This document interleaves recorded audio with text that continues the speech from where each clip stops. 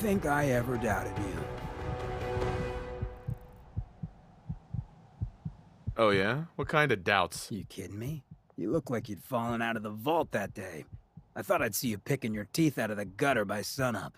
It's just real rare these days. Find someone who's not willing to take things the way they're handed to them. Too many good folks not willing to get their hands dirty.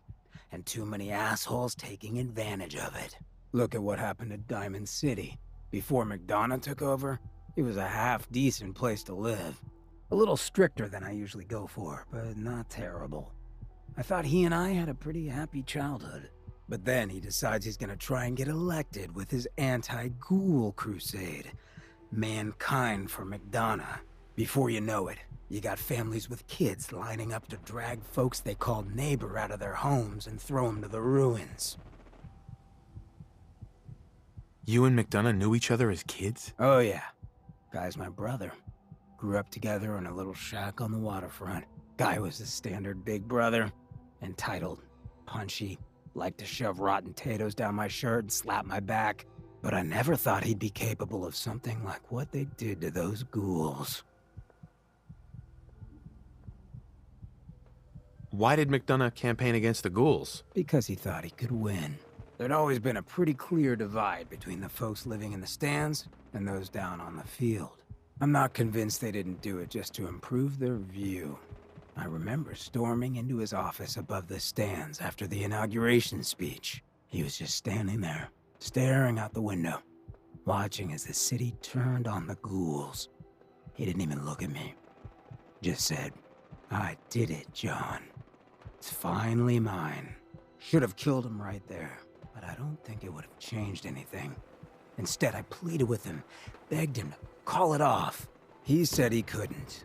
He had nothing against the ghouls. He was just carrying out the will of the people. And he couldn't betray the voters. And then he smiled.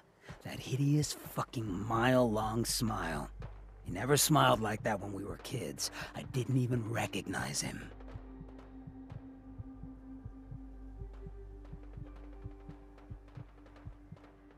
What do you mean you didn't recognize him? I don't know. Just didn't seem like the guy I grew up with. When I'd first heard the rumors he'd been swapped for a synth, thinking back on that night, I thought it made a lot of sense. But now, I don't know.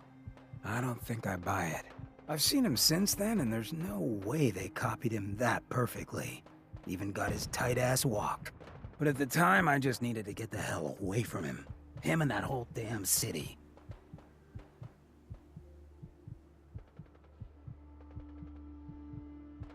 He murdered those ghouls.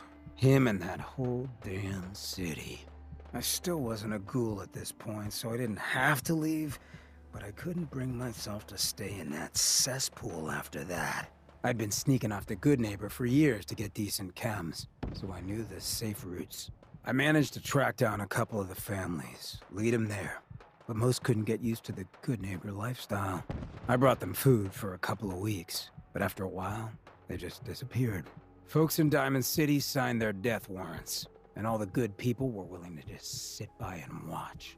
I felt like I was the only one who saw how screwed up things truly were, who couldn't just pretend things were fine. Still feel that way. Or I did. Until I met you.